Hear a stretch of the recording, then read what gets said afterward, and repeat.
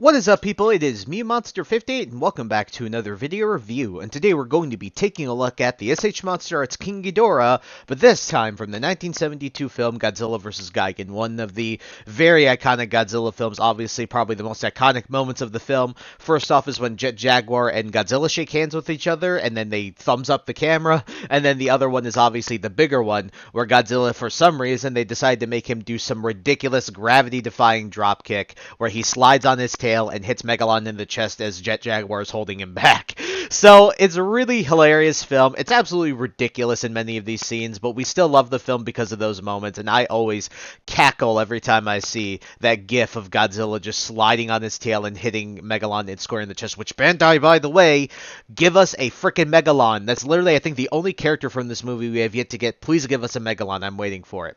But regardless, taking a look at the box here for King Ghidorah, you can see it's a pretty large box, which is why you can see the edges of my review station here. You can see the Monsterarts, the King Ghidorah, the 1972 right there on the bottom. We can obviously see the Godzilla logos, the 2025, yes, this technically came out in 2025. And then you have the Toho logo, the Tamashii Nations, the Bandai logo as well down there. And you can see the nice fire, and obviously the nice product shot of how King Ghidorah is as a figure. Then you got some nice artwork here on the side, but just more or less like more text, right? You got more text here on the side, and then I think you got more text here on the side. Yeah, a little bit of product shots here. You can see the King Ghidorah. That's, I believe, King Ghidorah in kanji. I believe that might just be Ghidorah, but I could be wrong with that. But then, I'm trying to get this all in frame. There you go. Taking a look at the box, you can see your obligatory product shots. Obviously, you have Gigan and Godzilla along with King Ghidorah there. Then you can see some more nice product shots in general of him in the actual figure. And so when it comes to the box, this is a really cool box. I think Bandai, just like Hasbro, generally kills it with the packaging, folks. And so, without further ado,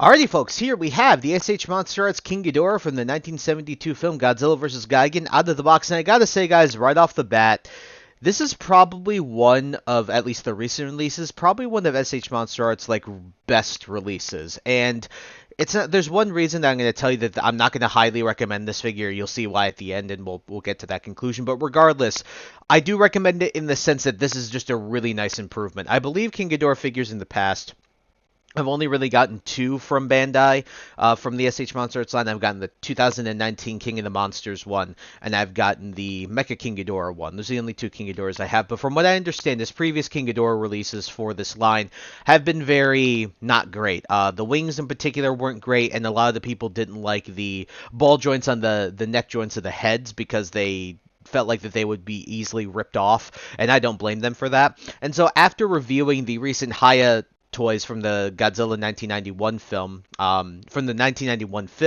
with Godzilla and King Ghidorah in it, from that version of King Ghidorah, I wasn't expecting this to sort of match that in terms of the detail or maybe the level of articulation and just sort of the stability. But I'm going to tell you this right off the bat, this figure really nails all of these things, and honestly is very comparable to that 1991 King Ghidorah from Haya that they released recently. But taking a look here, you can see the nice details. It does look really good. Now I was looking at pictures of the suit, and I'll tell you, I think that these should be a little bit higher like this, but I think this is more that the fact that the plastic was warped inside the box. But they still look really, really good. I'll tell you that my middle head, though, my middle head probably has the goofiest eyes. You can see that he's very cross-eyed there. But they still look really good. The teeth look really good. The paint for the tongue looks really good. I don't necessarily mind that the eyes look very goofy here and not painted the best, and mainly because, well, that film was mega goofy already, so I'm okay with that. But it does look really good. You can see the nice scales and everything. You can see some nice paint variation a little bit throughout, but just looks really, really solid. Here's the tails and everything nice on the back, and here's the wings as well. Those look really, really nice, and they have a lot of folds in them and whatnot. You can see the nice scalature. You can see the little spikes on the back of his neck. Those look really, really solid as well. Overall, when you're taking a look at this entire figure, it's really, really nice. Even the feet look really, really good. And I'm very, very happy with how the actual visuals for this figure turned out because, yeah, it just represents the character I think that we saw on screen in the movie very, very well. I think it represents the suit very nicely as well. This is the picture. I'll show you the picture I'm referencing. This is the picture that I was mainly looking at when I was looking at the figure compared to the suit. This is, like, I think the best picture I could find. Maybe I didn't do enough research, but at the end of the day, I think I found a pretty solid picture to sort of reference the suit. And that was the picture I was using, and I think they did a really good job of, you know, replicating what they had with the suit, what we saw on screen with the actual figure that we have sitting in front of us right now. So really solid when it comes to the details, the paint, the accuracy to the on-screen model, and the suit as well. I think they just did a really solid job with this, and so what we're going to do is we are going to set this guy off to the side here, and we are going to be bringing in some figures for size comparisons. We got a few here because I brought in basically every figure and every character that appears in that movie besides Megalon, because we don't have a Megalon yet. Alright folks, here he is with the Transformers Legacy United Infernac Universe Deluxe Class of Magnus. As you can see, he does look really, really nice next to Magnus in terms of the size. King Ghidorah is obviously bigger than an average size Deluxe Transformer, and you can see here that if Magnus is about 5.5 inches or so, King Ghidorah is more or less around 8 or 9 inches tall, so really solid scale. I'm really happy with it, and you'll definitely see that when we bring in the other characters. Alrighty, first things first, here he is with the SH Monsterarts Jet Jaguar from around the same time period. I believe this is still technically 72, but I could be wrong. But yeah, around 72, I believe that this might be in the sequel to this film, which at the end of the day, the characters are going to remain the same size and scale anyway. But yeah, here he is with Jet Jaguar. They do look really nice together. Jet Jaguar comes out to about like the middle point of one of King Ghidorah's necks, so I think that this scales really nicely. The SH Monsterarts Anguirus from 1972. The SH Monsterarts Gigan from 1972. And finally, the main attraction, here he is with the SH Monsterarts Godzilla from 1972. And as you can see with all of the figures for these scales, they look really, really good with King Ghidorah. They all look really, really good. Jet Jaguar does, Gigan does, Anguirus does, and obviously Godzilla also looks really good. I've always pictured King Ghidorah as bigger than Godzilla in every continuity that he's been in, by maybe like a good couple of heads or a head or so taller. And I think that this is a really nice scale, especially when you're looking at the film. I think that they did a good job at representing the scale between Godzilla and King Ghidorah very nicely here in figure form. Alrighty guys, it's time to get into the accessories. And as to no one's surprise, there are none. This is one of the biggest points I have for this figure. I would have loved for him to have some gravity beam effect or, well, lightning breath effect parts. Would have been really cool to see that. And I understand that, I hate saying this about Bandai because I buy a lot of their products, so I do love you, Bandai. But at the end of the day, guys, why are we making an initial release so sparse in the amount of stuff that comes with it, just so that you can release another version of that figure called a special color version or some decisive battle version or some battle version, then finally give it the actual effect parts it deserves while still increasing the price? If you're going to charge the price that you're charging for this guy, wouldn't it kill you to add some gravity beam effect parts into this, some lightning breath effect parts into this? Like, that is what disappoints me, one of the most disappointing parts about this figure. It's just the fact of you're paying what you're paying for this thing, along with not having any other accessories. And that's a real big shame. So, what are you going to do? It's the usual with SH Monsterarts and Bandai. I really hope they decide to change things going forward. But as it stands, it's looking like not so currently. But it sucks because this figure, in a vacuum, is really, really good. And I'll show you partly why it's also good, is because of the articulation. So let's get right into that. This is where I think they improved a lot, because I'll tell you this right now. I've always been afraid, even with the 2019 King Ghidorah, even with the Mecha King Ghidorah, I was very careful with how I moved it, because I didn't want to move it too stressful to where a head might snap off or a tail part might snap off, something like that. Just wanted to keep it very, very, respectful and, cognizant of that fact. Here, I haven't been afraid. So, for the heads, the jaws can open a little bit. They can open about that far from when they're closed fully. Then you can do a full 360 at all these ball joints. There's a lot of ball joints in his neck, and there's a lot of nice and twisting and turning you can do with them. The heads can twist back and forth. You can do a full 360. This is just really good, and I am no way scared. Even at the base here, at the ball joint here, these feel really good. So you can get them into some really awesome, like, really cool poses. Like, look at that. Like, that's awesome that you can get them like that, unique with their movements. I really do like that. Then for the torso, you have a little bit of waist, you have a little bit of articulation here, and you have two joints here and here, I think, and then you can twist there and you can twist there a little bit as well. Legs can kick forward about that far. Come on.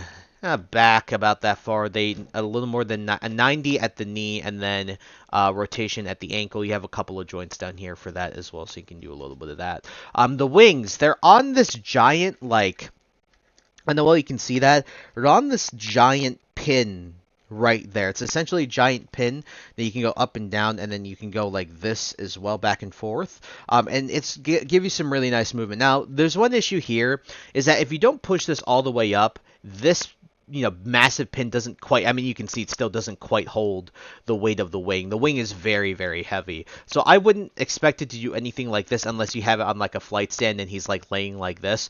But if you're trying to have him stand on the ground, just keep the wings like this. That's really about it. But they're still nicely articulated. You can move about, that far back and forth. Those are really nice, and then you can go up and down about that far. Pretty solid overall. And the wings, I don't feel like I'm ever going to rip them off, which is really good.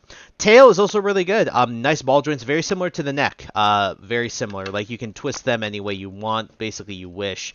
Bend them, however, I mean, you can see I can bend them all the way up like this, and they're perfectly fine. And like it showed you in the product shots, you can absolutely bend this guy's neck all the way back like this, like that, like Godzilla grabbing all of his heads. Like, you can do that, and that's really cool that these joints are really good to the point where you can do that and not be scared about them breaking apart or anything like that. So overall, when it comes to the articulation, this is one of the biggest areas where they improved with King Ghidorah in general, and I'm really, really happy to say that I'm extremely impressed and extremely pleased with this, because finally it feels like Bandai is stepping up their game when it comes to like articulation and stuff like that, and this is, I think, a great starting point for them, and I really hope that they keep going forward. But again, give us some Megalon! Alrighty, folks, so for my final and concluding thoughts on the SH Monsterarts King Ghidorah from the 1972 film Godzilla vs. Gigan, this is a marked improvement in terms of SH Monsterarts overall. This is a really, really good figure. I think that they did the detail very nicely. It looks like you pulled him right off the screen. I think when you're comparing it to the suit, I think they did a pretty good job of replicating what we saw with the suit. The detail's nice, the paint's nice, he feels really hefty and solid. In addition to that, the biggest point in where this figure improves is the articulation. They did a really good job. He's super posable for being the three-headed dragon that he is. And I also really like the fact that you can move all these joints without really having to worry about any of them snapping off or anything like that. So that's a really, really nice improvement in general, especially with the wings too. Feeling like you can move the rings however you wish to do so without being super compromised feels really, really awesome. And so I'm extremely happy to say that when it comes to this figure in general, it is a really, really solid figure. However, there are two big ifs about this figure. Number one, two big issues I have, doesn't come with any accessories. Now, we're used to this with Bandai, but that still doesn't, stop me from actually mentioning that and saying that this is that this is a point that needs to be brought up. When you're paying this much for this figure and not getting any other accessory besides the actual figure itself, it's a real shame. And that obviously connects me to the one part I've sort of been avoiding for this whole review, and that's the price of this guy. This guy was nearly $300, and I cannot, in good conscience, recommend this outright. You would be best bet to wait for a big sale for this guy, because despite the fact that I do praise this figure a lot, he's really, really good. At the end of the day, the one thing that's holding me back from recommending him to you guys as consumers is that massive price. It's really, really not good. Like, genuinely, like, that's not a good price. Especially the fact that he doesn't come with anything. Yeah, and I've already talked about in detail in the review why I think that it's kind of ridiculous that that's the case, given he comes with literally nothing. But again, it sucks because this figure is really, really good if you don't think about that price. Like I said, well painted, represents the character that we saw in the movie as well as the suit very well, and extremely nice articulation, and a marked improvement over the articulation we've gotten with previous King Ghidorah figures from Bandai in the past, really stepping it up to sort of match Haya's articulation for their King Ghidorah, and I really, really do like that. So, at the end of the day, I would give this a 9 out of 10, but the only reason I'm giving it a 9 is because I do think that it's really, really good as a standalone figure. The major point I'm taking off for is going to be for the lack of accessories and also the big price. You could argue an 8 too. I'd also say maybe between 8 and 9, honestly. But at the end of the day, it's really that price that's holding me back from giving you guys the full recommendation to buy this guy. What I would recommend is you wait until this guy goes on sale or something like that, because again, I just cannot in good conscience recommend that you buy this guy for the full price. It just doesn't sit well with me. But overall, if you do wish to still pick this guy up, I did pick mine up on the Big Bad Toy Store, so leave a link in the description to that. Also leave links down below to Amazon as well as other stores to see if I can find other places that this guy is on. If you wish to pick him up now and you really aren't fazed by the price, that's up to you. I'm not going to tell you to spend your money, but at the end of the day, in good conscience, would not recommend you pick this guy up for full price, because I hate saying it, even though he's a really good figure, he's just not worth the nearly, if not $300 price point. And so, If you do decide to hunt this guy IRL, probably be looking, I would say, if you're looking in Japan, obviously you have a much easier time. But like your third-party hobby stores, stuff like that, toy stores, anything like that might have this guy in already, so definitely be on the lookout there. And I wish you the best of luck and happy hunting if you decide to do it that way. So, that's really it for the review. So I thank you guys so much for taking the time to watch this video. Please like, comment, rate, and subscribe, and share this video with your friends. Also follow me on the socials, those will be linked in the description below. And with that, guys, once again, thank you so much for taking the time to watch this video review, and I'll catch you on the next one. Hope you guys have a wonderful day. Peace.